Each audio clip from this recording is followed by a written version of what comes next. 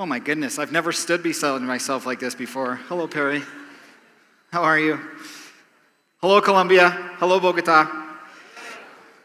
I've never been to Colombia before. This is my first time. I landed last night. And you never know what to expect when you come to a different country. Is anybody from Brazil here? Anyone? Okay, so I can talk about Brazil.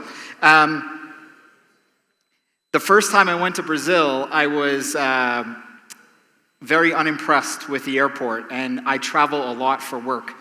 And one of the things that I look at and judge a country by is their airport. And I have to say that when I came here last night, I was very impressed with what I had to see, and certainly being able to walk around and go for a run this morning. I'm in love with your city, and I can't wait to come back already, and I'm still here for another 2 days. What I wanted to talk about over the course of the next 26 minutes or so is the idea of how we can create content strategically to help enhance our brand on LinkedIn, certainly, but also on other platforms. For me, content is king. Content is really what can drive our business into the future. Content is what allows us to connect our brand with new people and also allows us to inspire new people. For me, content is really just an opportunity for us to be able to have a conversation like we've never been able to have before. And certainly this is not an advertisement for LinkedIn in any way, but there's a really unique opportunity that we have on LinkedIn, on the platform, to be able to communicate with millions of people, not just here in Colombia, but millions of people, to be able to really get people to understand how our brand is different from all the other brands that people will interact with. So I'm going to quickly show you some strategies I think that you can use right now to be able to help create some of the content that can allow you to enhance your brand on LinkedIn. I have to show you this picture because, again, look, I get to do this again. Hi, Perry. This is beautiful. If my Twitter handle is on the bottom there, if you wanted to tweet during the presentation, I would appreciate any mentions that you give. So, of course, I have to talk about how many people are on LinkedIn. That's something that would be silly for me not to talk about. And certainly this number, I think, is impressive when you think about the fact that there are 433 million professionals on LinkedIn. But let's talk about LATAM specifically. You can see here that there are certainly a growing number of countries that are appearing on this map. Typically, we don't show any countries on this larger map unless there is at least 1 million members. Colombia has been on this map for a long time, currently having 3 million members, and Colombia is the 4th largest geography on LinkedIn in LATAM. LATAM as a region is the 3rd largest region overall, which is really impressive. A lot of our growth on the network comes from right here, comes from countries like Colombia, comes from LATAM, and comes from China. Asia Pacific, huge growth opportunity there for us. Obviously, not so much growth opportunity for us in North America, just because we've been present there for much longer. So specifically to Colombia, and then you can see some of the other numbers there, 3 million members in Peru, 4 million members in Colombia, my apologies, 3 million members in Chile, and obviously Brazil being the biggest in South America at 25 million. There is a massive, massive audience here for you to be able to communicate with. And obviously Spanish is certainly a language that is used quite extensively on the network, so don't feel as though you have to use English. A lot of people do default to English, certainly, but it's not something that you absolutely have to do. This is a unique concept, I think, when it comes to LinkedIn or strategic content creation. The big difference about creating content and speaking to your network on LinkedIn is that you're actually doing it as an individual.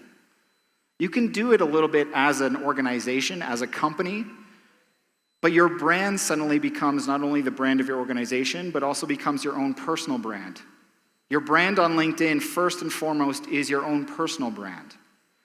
And so what I challenge you to think about when you're starting to think about a content strategy for LinkedIn is think about all the people that are going to potentially read this. Would this be something that we would talk about over a cup of coffee?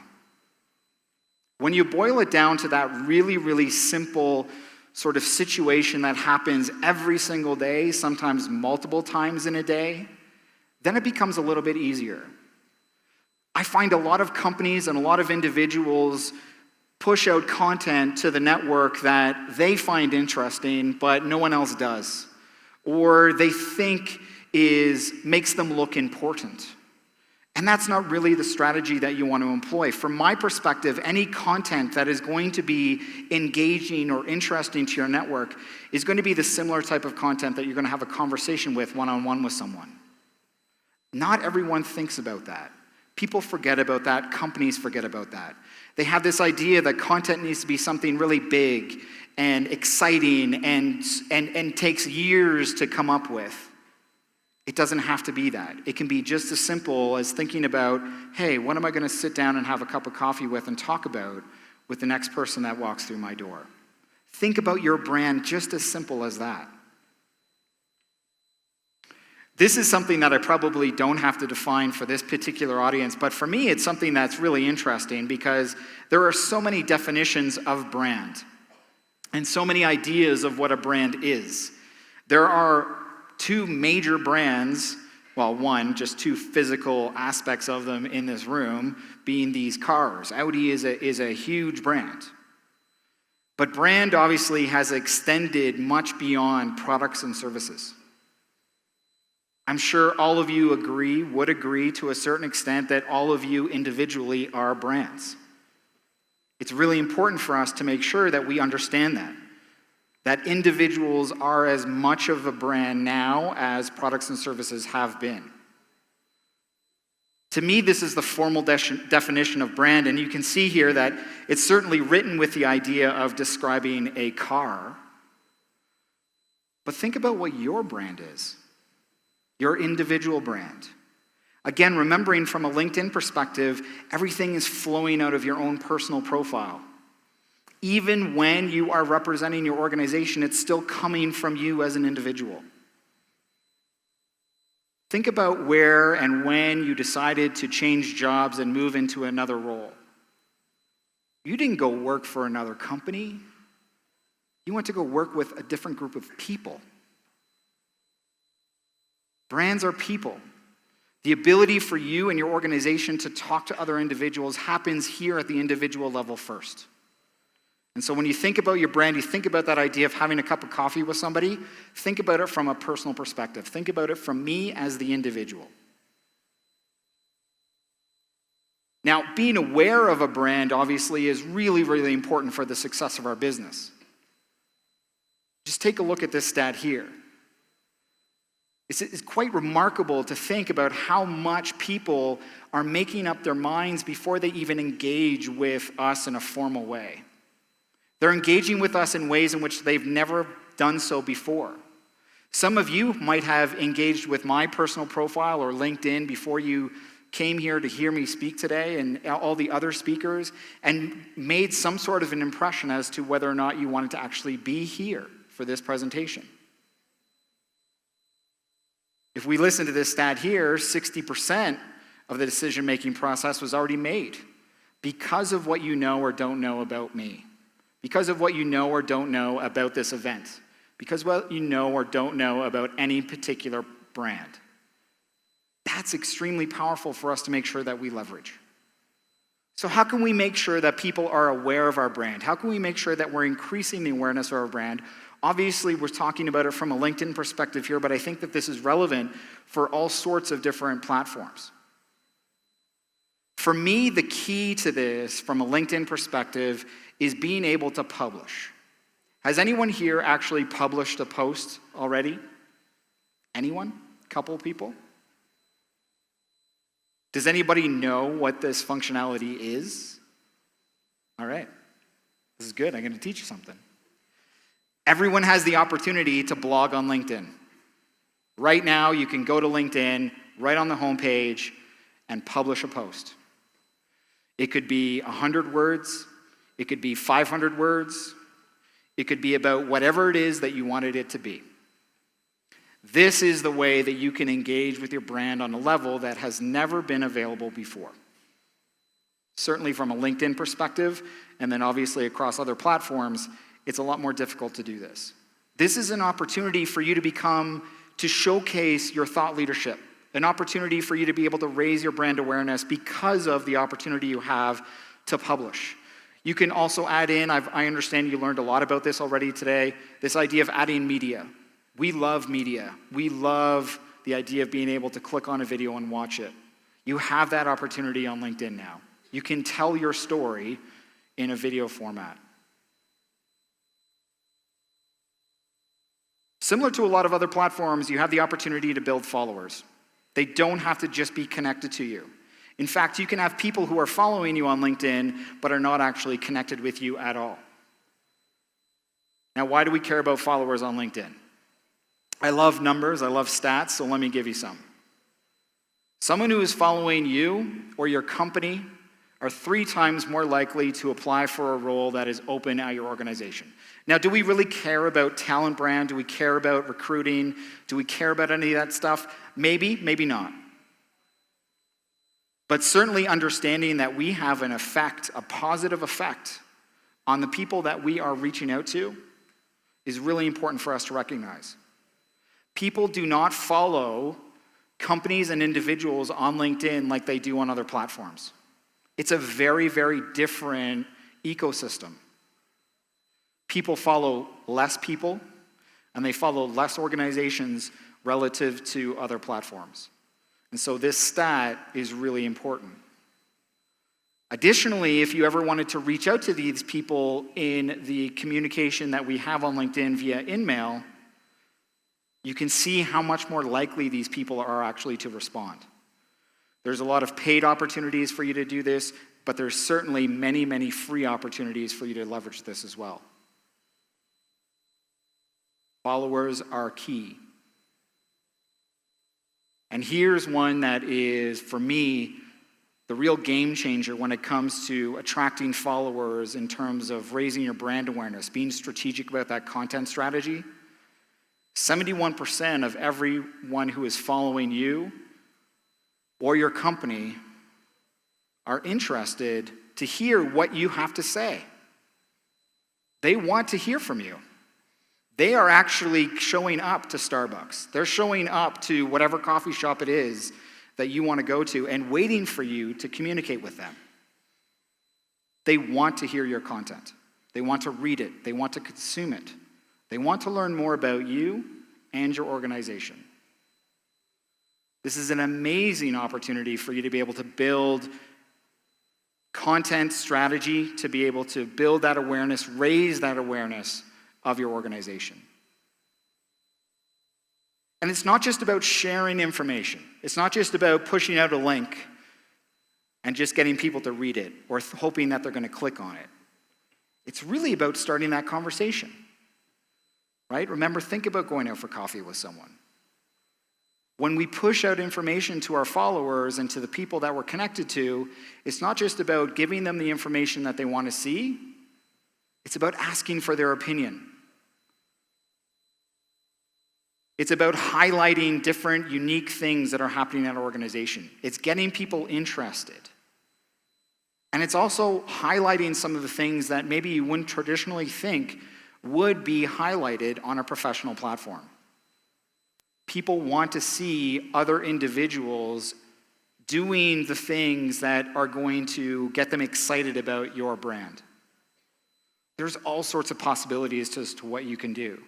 From a talent acquisition perspective, from a customer acquisition perspective, from a partner, a client, an investor.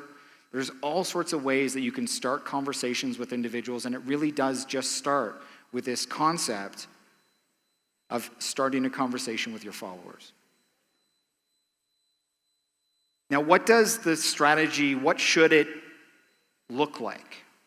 What should some of the things be a part of your strategy so that you're not always sharing the same thing? Again, going back to that coffee shop analogy, you don't want to be that person who every time you meet up with them always talks about themselves or talks about the same subject over and over again. It gets pretty boring, it gets dull. We like to have variety.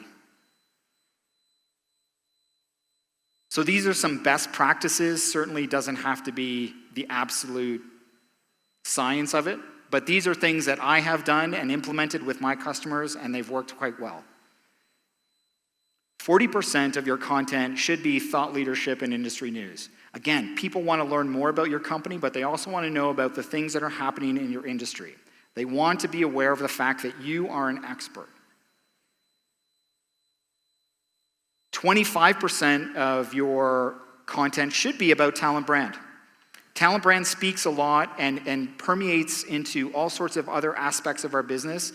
It helps us grow our business in so many ways. And so you want to highlight some of the things that your organization is doing and some of the exciting opportunities that are available.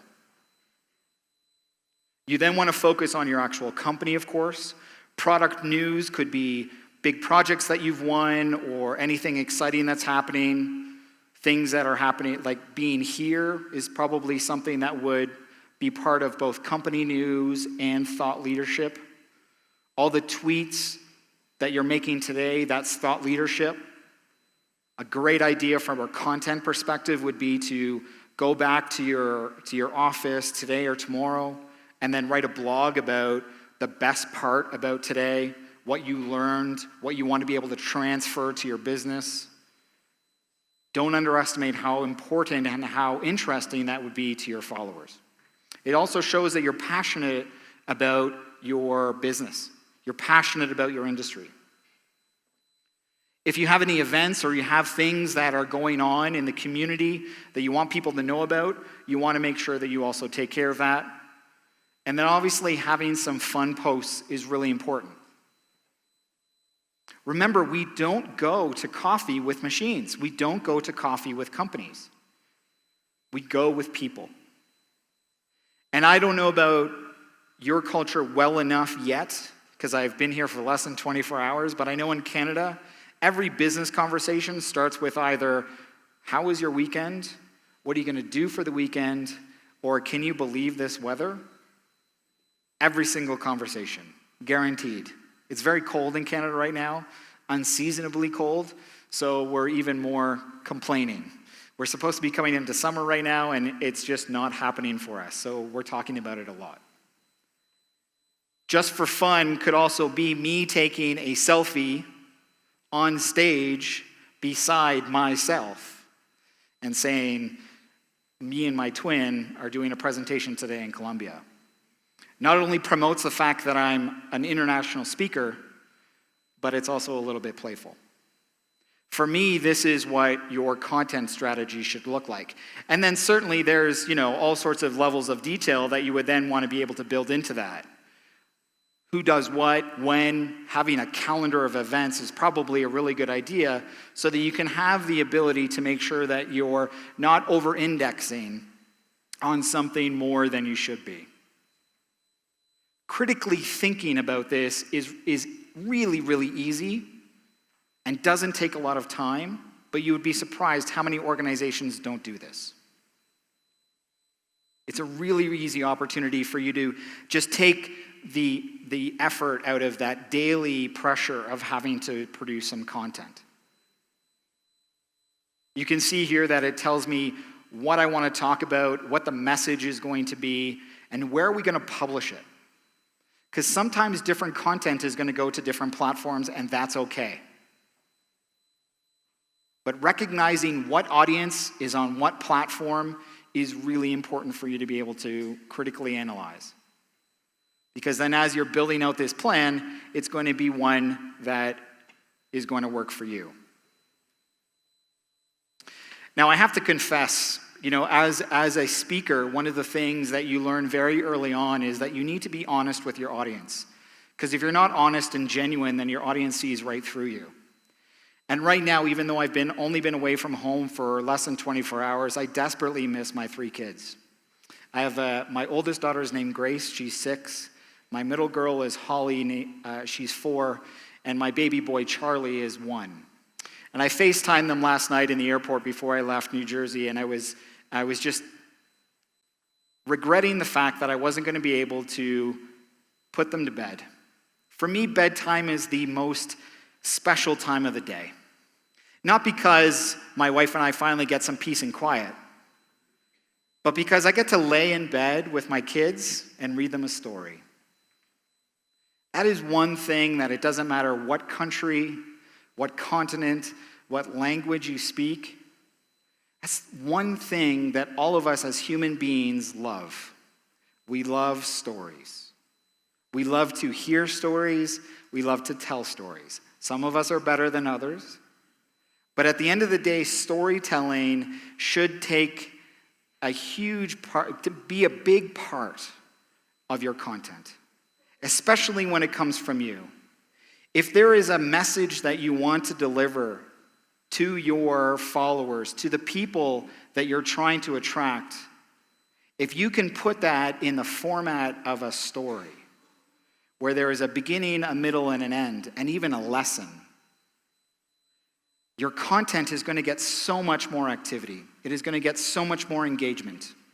And really, there's no point in having content if there's no engagement.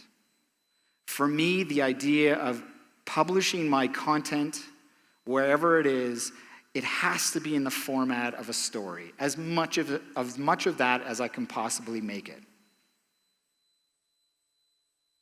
In addition to telling a story, you want to make sure that you're authentic. So many of us receive text messages from friends or colleagues, and we read the text messages and we're like, wow, Julie's not having a good day today. I'm going to stay away from her. But we're told all the time that we shouldn't read tone into text. It's just letters on a screen. Why do we feel that we need to make that assumption that this person is not having a good day? We do it all the time. And people are going to do it for your content as well. You want to make sure that your content is authentic. Be genuine in your storytelling. Be genuine in your voice. Make sure that it is your voice. I had somebody here earlier joke with me that she had been seeing my picture for weeks as she was helping to organize the event. And I walked right by her, and she had to do a triple take. And she's like, "Is that you, Perry?" And I said, "Yes." She said, "You don't look like your photo anymore." Well, we all get older. We get a little bit bigger. The photo was from when I had 2 kids, not 3 kids. It's an example of not being as authentic as I could be. My photo should be more authentic. My content needs to be authentic in order to resonate, in order to make sure that people read it, absorb it, and become more aware of both my brand and the brand of my organization.